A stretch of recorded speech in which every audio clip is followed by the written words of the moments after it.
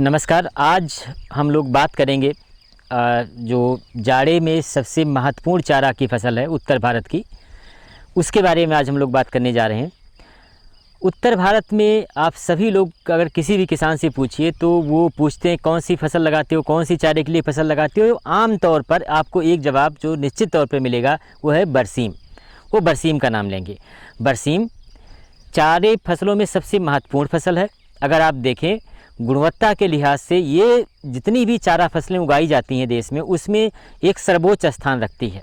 बरसीम जो है वो एक महत्वपूर्ण फसल इसलिए है क्योंकि जो आपके दुधारू पशु हैं उनके लिए और आपके दूसरे जो पशु हैं उनके लिए एक संपूर्ण आहार के तौर पर देखी जाती है।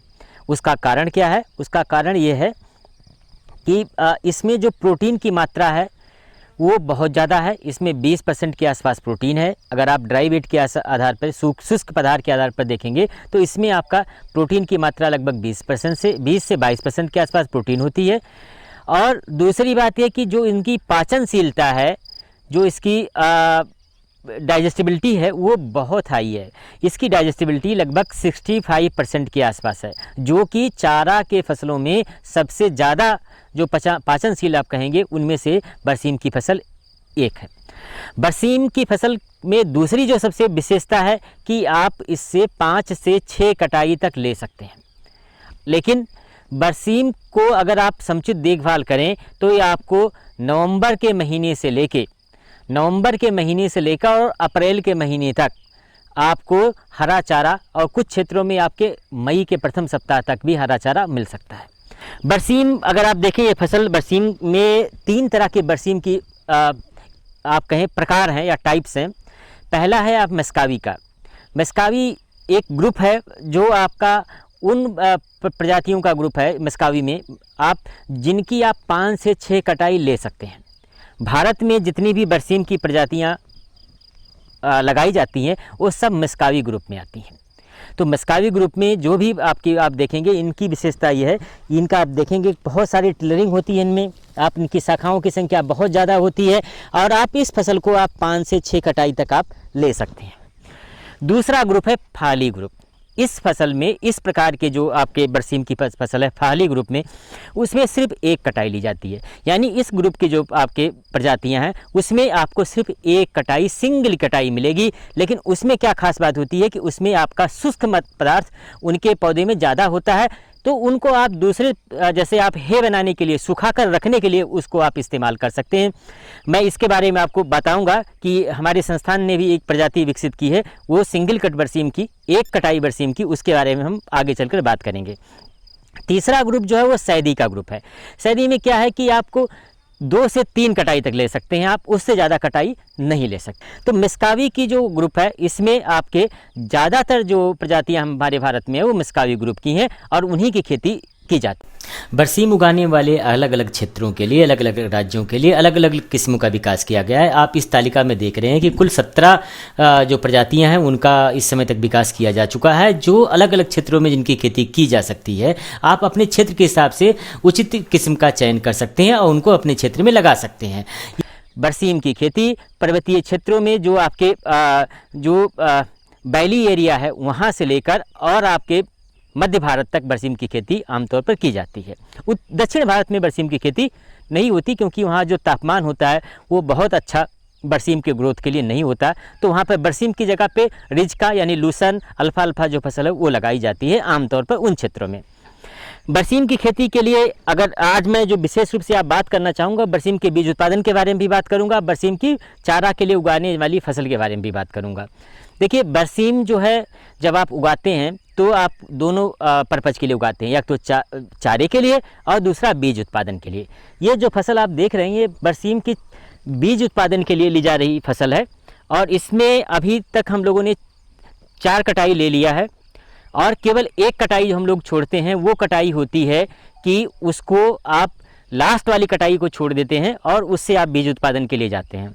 अब आते हैं कि आपको अगर बरसीम का बीज या फसल लगानी है तो आपको किन किन बातों का ध्यान रखना है, कैसे कैसे प्रजातियों का चयन करना है और खेती करते समय आपको कौन कौन से मुख्य बिंदु हैं जिन पे आपको ध्यान देना चाहिए। बरसीम बीज उत्पादन के लिए जो मुख्य बातें हैं उनमें कुछ एक चीज़ें हैं, जैसे आप आइसोलेशन डिस्टेंस या पृथक दूरी जो है वो इम्पॉर्टेंट है। प्रमाणित बीज उत्पादन करते समय एक किस्म से दूसरे किस्म के बीच में कम से कम 100 मीटर की दूरी अवश्य होनी चाहिए। और बीज उपचार इसमें महत्वपूर्ण है। एक आप जो फंजीसाइड है, जो आपके कवकनाशी है कार्बेंडाजिम, उससे 2.5 ग्राम पर किलोग्राम की दर से आप बीज का उपचार कर सकते हैं। बीज उपचार आप के लिए आप जो आपका राइजोबियम है उसका भी इस्तेमाल किया जा सकता है। इसके साथ साथ सिंचाई का उचित प्रबंधन अत्यंत आवश्यक है। चारा कटाई भी बहुत महत्वपूर्ण है, और चारा कटाई के लिए आप मशीन चलित जो यंत्र हैं उनका भी आप इस्तेमाल कर सकते हैं। रोगिंग, आप देखिए रोगिंग जो है वो आपको अलग अलग जगहों पे अलग अलग समय में की जाती है। तो दो चीज़ें हैं, एक तो फूल आते वक्त रोगिंग अत्यंत महत्वपूर्ण है, और इसमें विशेष रूप से खरपतवारों को ध्यान देना चाहिए। इस संस्थान के द्वारा जो एक कटाई या सिंगल कटाई की जो बरसीम की प्रजाति विकसित की गई है वो GVSC 1।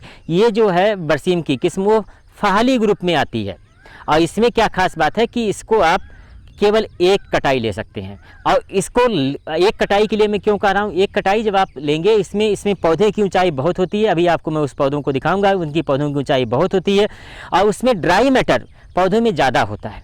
यानी कि अगर आप सुखा कर रखना चाहते हैं तो आप उसको लगा सकते हैं, या बरसीम के उन क्षेत्रों में जहाँ पर बरसीम आमतौर पर नहीं उगाई जाती, चाहे वो आपके कर्नाटक के क्षेत्र हों, राजस्थान के कुछ क्षेत्र हों, गुजरात के क्षेत्र हैं, जहाँ पर अगर आप बरसीम लगाना चाहते हैं, या धान की कटाई के बाद आपको छोटा सा विंडो मिलता है जहाँ पर आप लगाना चाहते हैं, या जनवरी महीने में आप बरसीम लगाना चाहते हैं, तो मैं आपसे रिक्वेस्ट करूँगा कि आप हमारी जो किस्म है JBSC 1 झांसी बरसीम सिंगल कट 1, उस किस्म को आप लगा सकते हैं। ये लगभग 80 से 90 दिन में आपको एक कट देगी, और उस कट में जो आपके जो 5 से 6 कट में जितनी बरसीम की पैदावार होती है उससे लगभग आधा पैदावार आपको प्रजाति में मिल जाएगी। तो अपने क्षेत्र के हिसाब से, जिस क्षेत्र में आप बरसीम की खेती करना चाहते हैं उस क्षेत्र के हिसाब से आप प्रजाति का चुनाव करें। नंबर 1 महत्वपूर्ण बात है। नंबर 2, अच्छी गुणवत्ता युक्त बीज का चयन लें, अच्छे सोर्स से लें। स्रोत आपका जो बीज है ना, उसको बहुत ज़रूरी है कि आप बीज जो है वो आपका अच्छे गुण का हो, अच्छे गुणकारी बीज हो, क्योंकि ऐसा पाया गया है कि अगर आप गुणवत्ता युक्त बीज का बरसीम में अगर पैदावार लेते हैं, चारा उत्पादन के लिए लेते हैं, तो आपकी पैदावार सिर्फ अच्छे बीज के कारण ही भी 25 से 30% ज़्यादा होती है। बरसीम एक परपरागित फसल है, और आपका देखें आपकी बरसीम के परागण में मधुमक्खियों का बहुत बड़ी भूमिका है।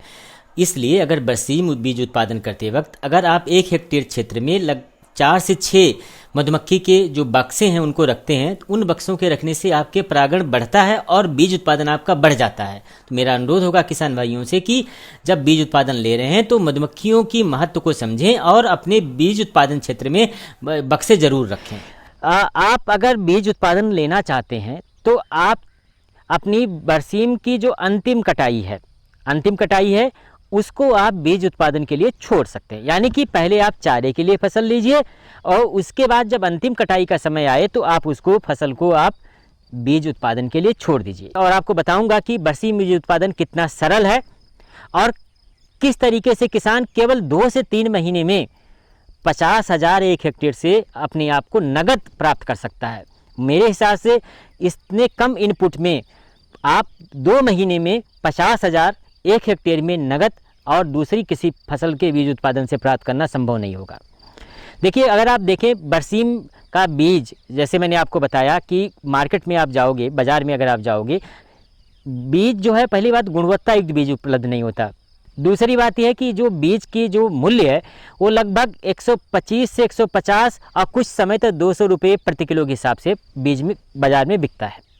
अगर आप उसको देखेंगे, उसकी गुणवत्ता जो है कभी कभी आप देखोगे बहुत ही ख़राब होती है। उसमें दूसरे फसलों के बीज, खरपतवार के बीज काफ़ी ज़्यादा होते हैं, और जब किसान उनको लाके लगाता है तो बरसीम की फसल के बजाय उसमें खरपतवार के आपको ज़्यादा दिखाई देगा। हमने अध्ययन से पाया है कि बाज़ार में बिकने वाला 50 से 60% बीज खेती योग्य नहीं होता। फिर भी चूँकि किसान को गुणवत्ता युक्त बीज नहीं मिल रहा है, वो खुद अपना बीज पैदा नहीं कर रहा है, वो बाज़ार पर निर्भर करता है, तो उसको जो भी बाज़ार में बीज मिल रहा है उसको बुआई उसको करनी पड़ती है। अब मैं आपको बताऊं बीज उत्पादन कैसे कर सकते हैं। देखिए, बीज उत्पादन के लिए जो आपने चारे की फसल लगाई है उसी फसल का प्रयोग कर सकते हैं। बशर्ते, मेरी शर्त यह है कि जो बीज आपने बाज़ार से जहाँ से लिया है वो अच्छा गुणवत्ता युक्त बीज होना चाहिए, किसी एक अच्छी प्रजाति का बीज होना चाहिए। तो आप ध्यान रखें, जो फसल उगाएं वो किसी अच्छी प्रजाति का बीज, गुणवत्ता युक्त बीज लगाएं, तब उनको मैं कहूँगा कि आप बीज उत्पादन के लिए ले जाएं। मैं इस समय अलग अलग कैटेगरी के बीज उत्पादन की बात नहीं कह रहा हूँ, जहाँ पर आप जानते हैं कि प्रजनक बीज, आधारीय बीज और प्रमाणित बीज की अलग अलग कैटेगरीज होती हैं, उनके बारे में बात अभी नहीं कर रहा हूँ। मैं आप किसान अगर अपने प्रयोग के लिए बीज उत्पादन करना चाहता है या बाज़ार में बीज ट्रूथफुली सीड या सत्यजनक बीज देना चाहता है बाज़ार में, तो कैसे पैदा कर सकता है उसके बारे में बात करूँगा। मध्य भारत क्षेत्र में मेरा अनुरोध है कि आप बरसीम की कटाई, जो अंतिम कटाई है, वो आप मार्च के प्रथम सप्ताह में ले लें, यानी 6 मार्च 7 मार्च तक आप लास्ट कटाई ले लें। तो यानी कि लगभग 4 कटाई, नवंबर, दिसंबर, जनवरी, फरवरी और मार्च तक आप 4 कटाई आप कम से कम अपनी फसल का ले लेंगे। 4 कटाई लेने के बाद आप अपनी फसल को बीज उत्पादन के लिए छोड़ दें। तो अभी तक आपने कोई अपना अलग से बीज उत्पादन के लिए कार्यक्रम शुरू नहीं किया था, आपने उसी फसल की कटाई ले रहे थे, चारा ले रहे थे, हरा चारा उत्पादन ले रहे थे और आपने अंतिम कटाई नहीं लेकर उसको बीज उत्पादन के लिए छोड़ दिया। जैसे मैंने आपको बताया कि ये जो हमारी जो बुंदेल बरसीम 2 की किस्म की जो बीज उत्पादन चल रहा है, इसकी 4 कटाई ली जा चुकी है। ये अंतिम कटाई को बीज उत्पादन के लिए छोड़ा गया है और इस समय बीज उत्पादन का कार्य इसमें चल रहा है।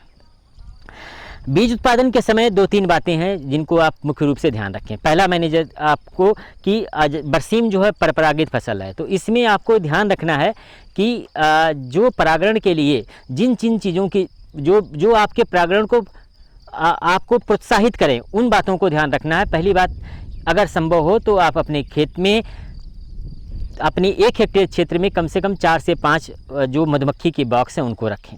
उससे क्या होगा कि परपरागण होने की वजह से मधुमक्खी की विजिट जो आपकी अलग अलग फूलों पर होगी और उससे बीज उत्पादन आपका बढ़ेगा। दूसरी बात जो है, सबसे महत्वपूर्ण बात है कि इस समय चूँकि गर्मी का समय शुरू हो जाता है अप्रैल महीने में, इस समय सिंचाई का ध्यान रखें। आपकी फसल है उसमें आपको सिंचाई विशेष रूप से करते रहना है। आपको सिंचाई की सुविधा आपको पूरी तरह से उपलब्ध करानी है। देखिए, अगर आप चारे के लिए आप अगर फसल को लगा रहे हैं तो खरपतवार उतनी बड़ी समस्या आपको नहीं नज़र आते, क्योंकि आप काट रहे हैं, खिला रहे हैं, काट रहे हैं, खिला रहे हैं, आपको खरपतवार नज़र नहीं आते। आपको लगता है कि भाई ये भी हरा चारा है, इसको भी खिला लेते हैं। लेकिन जब आप बीज उत्पादन के लिए फसल लेते हैं उस समय खरपतवार एक बहुत बड़ी समस्या होती है और इसका निदान आपको जब आप फसल की बुआई कर रहे होते हैं उसी समय आपको इसके बारे में सोचना चाहिए कि मुझे अपने फसल को खरपतवार रहित रखना है। वैसे चाहे आप चारे के लिए पैदा करें या आप बीज उत्पादन के लिए पैदा करें, खरपतवार अगर आपके फसल में खरपतवार होते हैं तो उससे आपका उत्पादन बुरी तरह से प्रभावित होता है। ऐसा पाया गया है कि अगर खरपतवार आपकी फसल में हैं तो आपकी फसल की जो पूरी ग्रोथ है और जो पैदावार है वो 20 से 25% तक प्रभावित हो जाती है।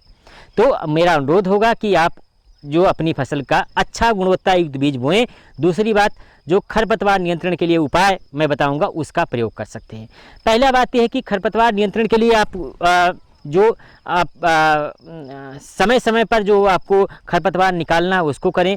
बुआई के लगभग 20 से 21-22 दिन बाद अगर आप 0.1% इमिजा थापर का स्प्रे करते हैं अपने बरसीम के जो बीज उत्पादन के लिए बरसीम ले रहे हैं, उस तो आपको खरपतवार से काफ़ी हद तक नियंत्रण मिल जाती है और आपका फसल जो होगी उसमें खरपतवार जो है वो नहीं रहेंगे। यानी 0.1%, 0.1% इमिजा थापर, ये एक आपका खरपतवार नाशी दवा है जिसको आपको आराम से बाज़ार में मिल जाएगा, जिसका आप इस्तेमाल कर सकते हैं इसमें बीज उत्पादन के लिए ली गई फसल में खरपतवार नियंत्रण के लिए। ध्यान रखें कि जब इस खरपतवार नाशी का प्रयोग करते हैं उसके लगभग 30 दिन तक आप अपनी फसल को काट कर जानवर को ना खिलाएं।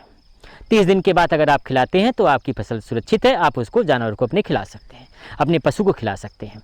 तो नंबर 1 जो आपको दिखाऊं मैं कि कौन कौन से प्रमुख इसमें खरपतवार हैं। जैसे आप देखिए, ये आपका बीज उत्पादन के लिए ली जा रही फसल है। इसमें देखिए ये आपका जंगली पालक जो है एक ये आपका प्रमुख बीड है। इसके अलावा बथुआ है और और दूसरी जो सबसे प्रमुख जो बीड होता है, जो आपका जिसका खरपतवार है, जिसकी सबसे बड़ी समस्या फसल में आती है, वो है चिकोरी।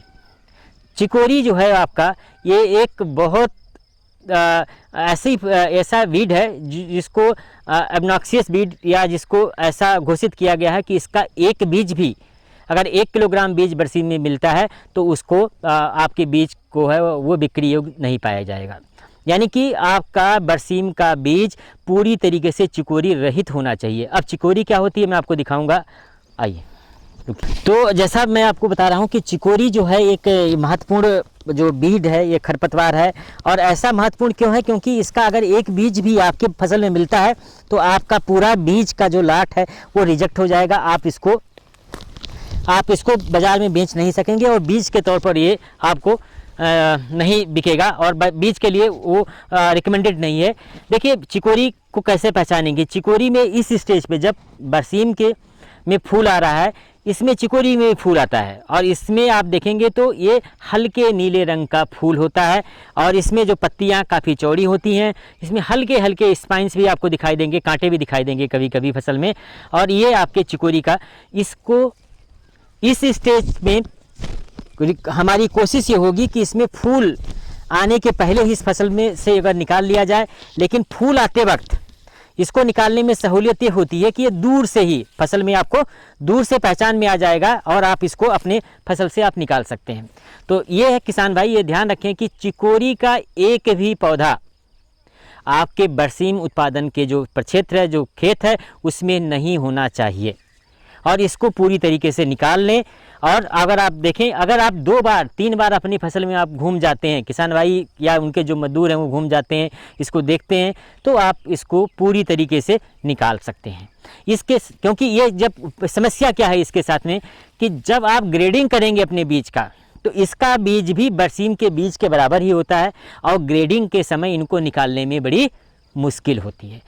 आमतौर पर दूसरे जो खरपतवार हैं उनके बीजों को हम ग्रेडर के ज़रिए अलग कर सकते हैं, निकाल सकते हैं, क्लीनिंग के दौरान निकाल सकते हैं मशीन में। लेकिन जब इसको करते हैं, हालांकि हमारे संस्थान के द्वारा इसके बीज को अलग करने के लिए एक मशीन बनाई गई है, लेकिन आमतौर पर वो मशीन चूँकि सब जगह उपलब्ध नहीं है, इसलिए मेरा अनुरोध होगा कि इसी स्टेज पर किसान भाई अपने खेत से चिकोरी की फसल, चिकोरी के पौधे को पूरी तरीके से निकाल दें और बरसीम बीज उत्पादन के लिए जो आपका प्रक्षेत्र है वो पूरी तरीके से चिकोरी विमुक्त होना चाहिए। एक तो बात ये है। दूसरी बात ये है आपकी, दूसरे बहुत सारे खरपतवार हैं, दूसरे बहुत सारे आप देखें, ये हमारे श्रमिक हैं जो इस समय काम कर रहे हैं और इनमें इनका मुख्य जो काम दिया गया है, इनको यही काम दिया गया है कि बरसीम की फसल में कोई भी जो खरपतवार, चाहे आपके वो जंगली पालक हो इसको, या दूसरे कोई भी खरपतवार जो भी दिखाई देते हैं उनको निकाल लेना है।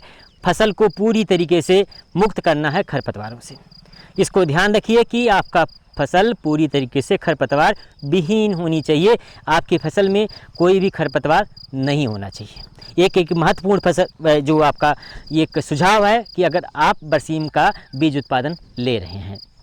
दूसरी बात, जो सबसे महत्वपूर्ण बात जो आपको ने बताया कि चूँकि इस समय गर्मी देखें काफ़ी पड़ रही है, तो पानी की व्यवस्था आप ज़रूर करें और विशेष रूप से जब फसल में फूल आ रहे होते हैं, जैसे आप देखिए फसल में फूल आ रहा है, पूरा इस समय पूरे फसल में फूल आई हुई है, तो इस समय अगर पानी की किसी तरीके से कमी होती है खेत में, तो आपका जो बीज उत्पादन है वो प्रभावित होगा। बीज उत्पादन प्रभावित होगा तो आपका पूरी जो आपकी जो आपने उम्मीद किया है फसल से वो आपको नहीं प्राप्त होगी। तो आपको ये ध्यान रखना है कि आपको पानी की पूरी मात्रा जब आप देखेंगे खुद अपने, आमतौर पे 8 से 10 दिन बाद आपको पानी देने की ज़रूरत पड़ेगी और ये इस स्टेज तक जब आपकी फ्लावरिंग हो रही होती है उस समय तक ज़रूरत होगी। और जब ये आपका जो ये बीज का बॉल है जब इस स्टेज पर आ जाएगा, ठीक है, जैसे जैसे आमतौर पे आपके जब ये भूरा पड़ जाएगा या थोड़ा जिसमें से जो आपके नहीं दिखाई देंगे, जो आपके सफ़ेद का जो भाग है ये ख़त्म हो जाएगा फूल में से, इस स्टेज पे आने के बाद आपको पानी की बहुत ज़्यादा ज़रूरत नहीं पड़ती है क्योंकि इसमें ऑलरेडी दाने बनने की प्रक्रिया शुरू हुई होती है। तो इस समय भी एक इस स्टेज तक पानी दे दें और इस स्टेज के बाद आपको पानी देने की बहुत ज़्यादा ज़रूरत नहीं पड़ेगी। जो आप फसल देख रहे हैं इस फसल में अभी 2 बार पानी और दिया जाना है। 2 बार पानी देने के बाद इसमें आगे पानी देने की ज़रूरत नहीं पड़ेगी। तो ये क्या है कि हमें अपनी फसल को खरपतवार विहीन रखना है। अपने फसल में हमें पानी की व्यवस्था अच्छी तरीके से करनी है। जहाँ तक संभव हो सके तो हमें जो मधुमक्खी के बॉक्सेस हैं, जो मधुमक्खी के हाइव हैं, जो आपके उनको मधुमक्खी के बॉक्सेस उनको अपनी फसल में रखना है, जिससे कि पर परागण को बढ़ावा मिल सके। और चौथी महत्वपूर्ण बात, अगर आप बीज उत्पादन ले रहे हैं, उसका ये है कि आप कटाई के समय को ध्यान रखें। आम तौर पर किसान भाई गलती क्या करते हैं बरसीम बीज उत्पादन में कि वो पूरी फसल को सूखने के लिए छोड़ देते हैं। फसल पूरी सूख जाती है और जो आपके ये बीज के जो आपके फूल है, ये फूल जो है टूट कर वहीं खेत में गिर जाता है। और आम तौर पर ऐसा होता है कि कुछ जो केसेस में 50% तक फूल टूटकर खेत में गिर जाते हैं। अब टूटकर ये फूल खेत में गिर गया, बीज तो इसी में रह गया, तो आपको नुकसान क्या हुआ कि आपने पूरी मेहनत की और जो आप बीज का जो जब आप उसको कटाई कर रहे थे उसी समय वो टूटकर फूल खेत में गिर गया और आपका 50% जो फूल था वो खेत में ही रह गया। मेरा अनुरोध होगा कि आपको सही स्टेज पर कटाई करनी है बरसीम की। और सही स्टेज क्या है, अगर आप देखें सही स्टेज जैसा आपको चित्र में दिखाई देगा, आपको मैं दिखाऊंगा कि ये आपको उसमें आपको इस स्टेज में कटाई करनी कि जब फूल जो है हल्के भूरे रंग के हो जाएं, लेकिन ये सूखे नहीं हैं। आप ध्यान देंगे तो आप सूखे नहीं हैं, आपको ये आपको हल्के भूरे रंग के हो गए हैं और इसमें सूखने की तरफ येलो से ब्राउन कलर की तरफ ये पूरा पौधा हो गया है। ये इसको कहते हैं फिजियोलॉजिकल मैच्योरिटी स्टेज। आमतौर पर ये देखा गया है कि जब आपके फूल पूरी तरीके से खिल जाते हैं इस स्टेज से लेकर और उस स्टेज में पहुंचने तक लगभग 25 से 30 दिन लगता है। यानी फूल एक बार खिलने के बाद 30 दिन बाद आपकी फसल में बीज बन चुका होता है। तो आप लगभग ये ध्यान रखें मोटे तौर पर कि अगर बरसीम में एक बार फूल आ गया और हमको कब कटाई करनी है तो अपने एक्सपीरियंस से, अपने अनुभव से देख सकते हैं। दूसरी बात, अगर आप उसको लेकर आप देखेंगे, मलेंगे हाथ पे लेकर, तो आपको हेल्दी और पीले रंग के बीज दिखाई देंगे उसमें। और वो आपका स्टेज आएगा जो आप फूल निकलने के 25 से 30 दिन बाद, 30 से 35 दिन बाद किन्हीं केसेस में हो सकता है, 30 दिन से 35 दिन बाद आपको वो कटाई का स्टेज, जिनको हम कहेंगे फिजियोलॉजिकल मैच्योरिटी का स्टेज, वो आपको मिल जाएगा। इस स्टेज में फसल की कटाई कर लीजिए। कटाई करने के बाद फसल को आप वहीं पर खेत में 2 से 3 दिन 4 दिन के लिए छोड़ दीजिए। उससे क्या होगा कि फसल में आपकी फसल जो है थोड़ी उस समय हरी दिखी होगी, वो फसल आपकी पूरी सूख जाएगी और 4 दिन बाद, अगर आप 5 दिन बाद उस फसल को उठाते हैं तो वो सूखी हुई होगी और उसको आप मड़ाई के लिए थ्रेसिंग यार्ड पर ले जा सकते हैं। तो ये 4-5 बातें हैं जिनको मैं अनुरोध करूंगा। पहली बात है कि बीमारी का प्रबंधन के लिए आप बीज शोधन करें और राइजोबियम का इस्तेमाल करें। दूसरी बात यह है कि आपको जब बीज के लिए फसल ले रहे हैं तो आपको लास्ट कटाई जो है वो मार्च के प्रथम, जो आपके मध्य भारत के क्षेत्र हैं उनके लिए लास्ट कटाई आप मार्च के प्रथम सप्ताह तक जरूर कर लें, उसके बाद कटाई ना लें। तीसरी बात जो आपकी कि चूँकि बरसीम जो है पर परागण वाली फसल है, इसमें मधुमक्खी के बॉक्सेस को रखें, आपके परागण को बढ़ावा मिलेगा। चौथी बात, महत्वपूर्ण बात है कि बरसीम के बीज उत्पादन के लिए जो ली गई फसल है उसमें कोई भी खरपतवार नहीं होना चाहिए, विशेष रूप से चिकोरी तो एकदम नहीं होनी चाहिए, उसको पूरा खरपतवार विहीन अपनी फसल रखें। पाँचवीं बात यह है कि सिंचाई का पूरी तरीके से व्यवस्था करें। सिंचाई की आपके पूरी फसल में अगर आपका नमी की किसी तरीके से कमी हुई तो फसल पूरी तरीके से आपकी प्रभावित होगी और आपको जो उत्पादन आप सोचे हैं वो आपको नहीं मिलेगा। और अंतिम बात जो मैंने आपको बताया कि काटने की सही स्टेज, फसल की कटाई फिजियोलॉजिकल मैच्योरिटी स्टेज पे, यानी कि जब वो पीले से भूरे रंग की तरफ टर्न हो रहे हैं उसके फूल, उस समय आप कर लें, जिससे कि आपके फूल खेत में टूटकर ना गिरें और संपूर्ण मात्रा जो आपकी जो उत्पादित हुई है वो आपके थ्रेसिंग तक पहुँचे। थ्रेसिंग करने के बाद आप उसको आपकी उस ग्रेडिंग के लिए ले जा सकते हैं। आप क्लीनिंग ग्रेडिंग करके आपको एक गुणवत्ता एक बीज आपको मिल सकता है। और एक बात और जो आपसे मैं कहना चाहूँगा, जो आप विशेष रूप से ध्यान रखिए, बरसीम की रुकिए ज़रा, जैसा मैंने जिन जिन बिंदुओं पर आपसे अनुरोध किया, अगर आप इन सब बातों का ध्यान रखेंगे तो आपको बरसीम का जो बीज उत्पादन होगा लगभग 5 से 6 कुंतल तक बीज आप 1 हेक्टेयर में प्राप्त कर सकते हैं। अगर आप मान लीजिए कि आप 5 कुंटल बीज आपको मिलता है, तो ध्यान रखें कि आपने 4 कटाई 5 कटाई ऑलरेडी पहले फसल की ले रखी थी, उसमें आपने हरे चारे को इस्तेमाल किया है। केवल 1 कटाई आपने छोड़ी है बीज उत्पादन के लिए, और आपका 5 कुंटल 1 हेक्टेयर में पैदावार हुआ। आपने अगर 100 रुपये किलो के हिसाब से बाज़ार में बेचा तो कितना हो गया? 50,000 रुपये। यानी कि आपको 2 महीने में 1 हेक्टेयर से 50,000 रुपये आपको मिलेंगे। और ये 50,000 आपको सिर्फ 1 कटाई जो आपने छोड़ा। तो बरसीम बीज उत्पादन एक नकदी व्यवसाय है, जिसमें आप चारे के लिए आप अपनी फसल को ले रहे हैं और सिर्फ 1 कटाई आप छोड़ रहे हैं, जिससे आप चारा उत्पादन ले रहे हैं। मेरा सुझाव होगा किसान भाइयों से कि आप बरसीम बीज उत्पादन को अपनाएं। इससे दोनों चीज़ों पर हमारा जो अनुरोध है, एक तो इस अपने देश को हम पूरी तरीके से आत्मनिर्भर बनाएंगे बरसीम बीज उत्पादन के लिए, बरसीम बीज के लिए हम किसी दूसरे देश से आयात नहीं करेंगे बरसीम बीज। और दूसरी बात, आपको अपना गुणवत्ता युक्त बीज मिलेगा, जिसको आप अपनी फसल आप लगाएंगे। आप किसी भी दुकानदार या किसी दूसरे व्यक्ति के ऊपर आप निर्भर नहीं रहेंगे, किसी संस्थान के ऊपर निर्भर नहीं रहेंगे। और अंतिम बात, आप एक नकदी फसल के तौर पर 1 हेक्टेयर से लगभग 50,000 रुपये तक आय प्राप्त कर सकते हैं। तो इस तरीके से बरसीम बीज उत्पादन को अपनाइए।